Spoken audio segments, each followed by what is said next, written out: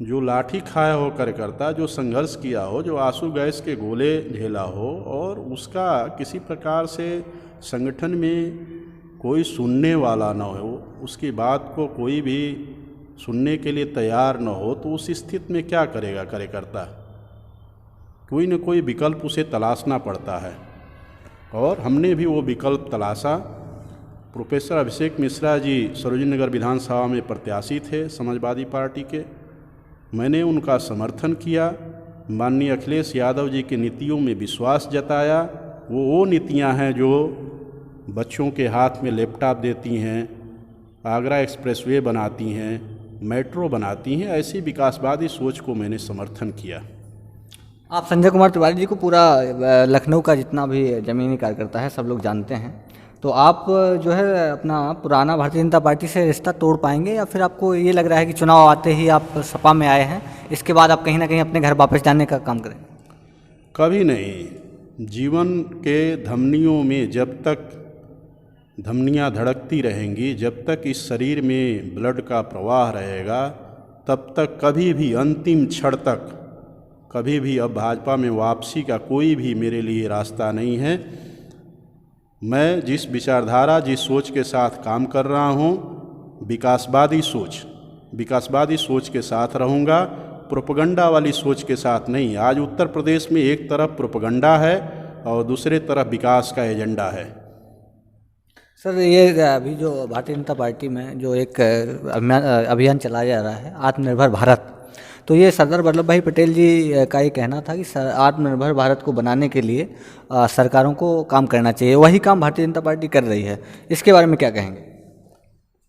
आत्मनिर्भरता कैसे? जब तक आदमी आत्मनिर्भरता का विषय शुरू होता है हर एक व्यक्ति के आत्मनिर्भर होने से, हर एक व्यक्ति जब आत्मनिर्भर होता है तब देश आत्मनिर्भर होता है। जय आज आत्मनिर्भर कैसे? रोजगार लोगों के छिन गए हैं, भोजन लोगों के छिन गए हैं, लोग मरने के कगार पर हैं, आत्महत्या कर रहे हैं। इस स्थिति में भारत कैसे आत्मनिर्भर बन सकता है? बातों से तो नहीं बन सकता भारत कभी आत्मनिर्भर।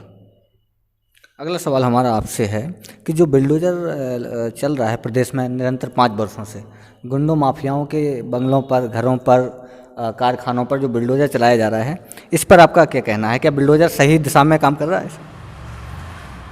बुलडोजर की बात है तो सबसे पहले तो जिन लोगों पर आपराधिक मुकदमे दर्ज हैं, और पूरे उत्तर प्रदेश के रिकॉर्ड को देखा जाए तो बाबा योगी आदित्यनाथ पर सबसे ज़्यादा आपराधिक मुकदमे हैं, और सबसे ज़्यादा आपराधिक मुकदमे उप मुख्यमंत्री केशव प्रसाद मौर्य जी पर हैं।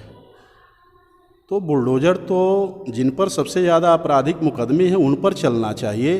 बुलडोज़र विवेक तिवारी पर, निरीह विवेक तिवारी पर नहीं चलने चाहिए थे। बुलडोज़र कमलेश तिवारी जी पर, निरीह कमलेश तिवारी जी पर नहीं चलने चाहिए, निर्दोष कमलेश तिवारी जी पर। बुलडोज़र आप ब्रजेश सिंह पर चलाइए, मुख्तार अंसारी पर चलाते हैं तो ब्रजेश सिंह पर भी चलाइए, क्यों नहीं चलाते हैं बुलडोज़र वहाँ पर? हमारा सवाल सर यह है आपके, अभी आपको क्या कहें, समाजवादी पार्टी का नेता कहें आपको, या कार्यकर्ता हैं, या आप सदस्य लिए हैं, अभी क्या है? मैंने समाजवादी पार्टी के विकासवादी नीतियों में विश्वास जताया है, और मैं केवल सरोजिनी नगर ही विधानसभा नहीं, मैं बस्ती के हरैया विधानसभा में भी गया जहां त्र्यंबकनाथ पाठक जी चुनाव लड़ रहे हैं। मैं सहजनवा भी गया जहां जसपाल रावत जी चुनाव लड़ रहे हैं। मैं गोरखपुर सदर भी गया जहां पर स्वर्गीय उपेंद्र शुक्ला जी, जिन्होंने 50 वर्ष इस भाजपा को दिया था, उनकी विधवा सुभावती शुक्ला जी समाजवादी पार्टी की प्रत्याशी हैं बाबा योगी आदित्यनाथ जी के खिलाफ। मैं वहाँ भी गया था। मैं कई विधानसभाओं में गया इन नीतियों में भरोसा जताते हुए पार्टी का प्रचार करने के लिए, माननीय अखिलेश यादव जी को मुख्यमंत्री बनाने के लिए। आपका विधानसभा सरोजिनी नगर में काफ़ी कांटे की टक्कर है। आपके जो प्रत्याशी हैं समाजवादी पार्टी से श्री अभिषेक मिश्रा जी, प्रोफेसर श्री अभिषेक मिश्रा जी, और उन्हीं के विपक्ष में भारतीय जनता पार्टी का जो कद्दावर प्रत्याशी है, उस पर आप अपने आप को कहाँ देखते हैं? किस प्रत्याशी को आपको लग रहा है कि जनता समर्थन करेगी? नहीं, प्रोफेसर साहब लखनऊ में काम किए हैं, पहले भी काम किए हैं। प्रोफेसर साहब लखनऊ उत्तर से विधायक थे, प्रदेश सरकार के कैबिनेट मंत्री थे, और लोकसभा के भी वो प्रत्याशी रहे थे, जिस नाते सरोजिनी नगर से उनका हमेशा संबंध रहा है। वो बाहर ही नहीं है सरोजिनी नगर विधानसभा के लिए, लेकिन राजेश्वर सिंह जी किसी विभाग के अधिकारी थे, वो बाहरी हैं, सुल्तानपुर के रहने वाले हैं। इसी तरह से पिछली बार जो है नामांकन के समय प्रत्याशी तय कर दिया भारतीय जनता पार्टी ने, जो पार्टी में काम भी नहीं कर रही थी, माननीय स्वाति सिंह जी। और इस बार भी उसी तरह से बाहरी व्यक्ति को यहाँ पर प्रत्याशी कर दिया गया, जिसके कारण जो पार्टी का भी कार्यकर्ता था, जमीनी कार्यकर्ता, वो भी उनके विरुद्ध में काम किया है और प्रोफेसर अभिषेक मिश्रा जी प्रचंड मतों से जीत दर्ज करने जा रहे हैं। जो भारतीय जनता पार्टी का एक मुद्दा रहा है पिछले 5 सालों में कि महिलाओं के लिए बहुत अच्छा सुरक्षा प्रदान किया है भारतीय जनता पार्टी ने। इस सुरक्षा को लेकर के आपने क्या देखा है? क्या आपको लग रहा है कि जो कहते हैं क्या सम्मान महिलाओं को दिया जा रहा है? आप खुद बताइए, कितना हास्यास्पद है कि हाथरस में महिला का बलात्कार होता है।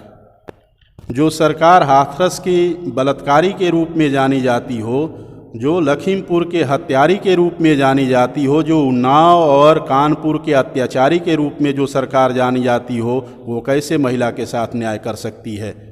आज से 4 दिन बाद जो है विधानसभा के जो रिजल्ट आने हैं 10 मार्च को, चुनाव आयोग के द्वारा जो है काउंटिंग होगी, तो 10 मार्च के बाद आपकी क्या रणनीति है? आप क्या देखते हैं अपनी पार्टी को और अपने आप को आप कैसी रणनीति के साथ आगे बढ़ाएंगे?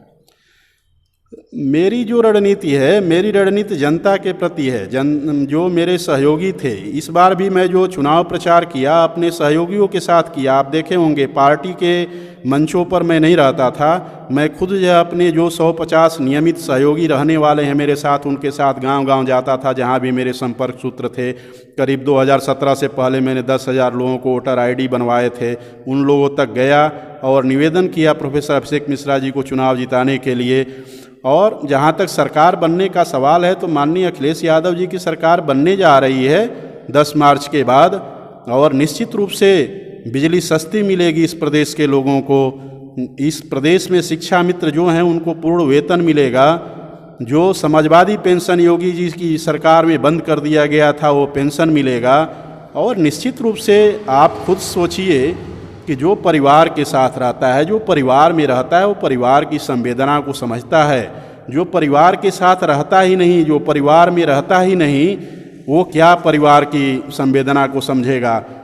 गोद ली हुई किसी बच्चे को गोद ले कोई माँ, उसमें और जो प्रसव पीड़ा को समझती है, उसमें दोनों में बहुत ज़मीन आसमान का अंतर होता है। सर, लेकिन एक सवाल है हमारा समाज का, मीडिया वालों का, सबका ये सवाल है कि आपके जो प्रदेश अध्यक्ष हैं समाजवादी पार्टी के श्री अखिलेश यादव, एक बहुत बड़ा चेहरा, राष्ट्रीय अध्यक्ष समाजवादी पार्टी के श्री अखिलेश यादव जी बहुत बड़ा चेहरा है। इनको करहल में जिस प्रकार से भारतीय जनता पार्टी ने SP सिंह बघेल केंद्रीय कानून राज्य मंत्री को उतार करके जो वहाँ पर घेरने का काम किया है, आपके सब समाजवादी के बड़े बड़े चेहरा वहाँ पर जो है उनका प्रचार करने का काम किया है, आप उस सीट पर क्या देखते हैं लड़ाई? नहीं, आप तो खुद देखिए कि माननीय अखिलेश यादव जी अकेले लड़ रहे थे, अकेले स्टार प्रचारक थे। उधर से माननीय प्रधानमंत्री जी थे, माननीय मुख्यमंत्री जी थे, माननीय JP नड्डा जी थे, माननीय अमित शाह जी थे, और पूरे देश की फौज इस उत्तर प्रदेश में लगी हुई थी। माननीय SP सिंह बघेल जी वहाँ पर प्रत्याशी हुए हैं। प्रत्याशी होना कोई बुरी बात नहीं है, स्वागत है उनका। लेकिन माननीय अखिलेश यादव जी नामांकन करने गए थे, उसके बाद एक सभा को वहाँ पर संबोधित करने गए थे, उसके अलावा तो कोई नहीं गया था। माननीय नेताजी गए थे, तो मान लीजिए वो सबसे बड़े संस्थापक सदस्य हैं पार्टी के, संस्थापना किया है जिन्होंने समाजवादी पार्टी को बनाया हुआ है। वो यदि अपील करने जाते हैं तो कोई बुरी बात नहीं है उसमें। आप निरंतर माननीय श्री प्रोफेसर अभिषेक मिश्रा के साथ में काफ़ी जन कैंपेन कर रहे हैं, काफ़ी सभाओं को संबोधित कर रहे हैं, तो अभिषेक मिश्रा जी का क्या व्यू है आगे उस समाज के लिए, जनता के लिए, लखनऊ विधानसभा सरोजनी नगर के लिए कैसा उनका पॉइंट ऑफ व्यू है, क्या करेंगे? सरोजनी नगर विधानसभा के हर एक नागरिक के सम्मान के लिए संघर्ष करना पहली वचनबद्धता है प्रोफेसर अभिषेक मिश्रा जी की। और दूसरी वचनबद्धता है कहीं भी पीड़ा में कोई होगा तो उसके लिए लड़ना, दूसरी वचनबद्धता है प्रोफेसर अभिषेक मिश्रा जी की। बहुत बहुत स्वागत है, बहुत बहुत धन्यवाद सर आपका। हमारे साथ थे श्री संजय कुमार तिवारी, पूर्व भाजपा नेता, पूर्व प्रदेश उपाध्यक्ष भारतीय जनता पार्टी NGO प्रकोष्ठ, जिन्होंने काफ़ी समय तक भारतीय जनता पार्टी में अपनी सेवाएं दी हैं। इस समय वो समाजवादी पार्टी के साथ मिल करके और आगे का काम कर रहे हैं। अब देखना ये होगा कि कहाँ तक माननीय नेताजी का जो समाजवादी पार्टी के साथ रहेगा। इसी के साथ कैमरामैन से शिवप्रताप सिंह के साथ द रक्षक TV लखनऊ।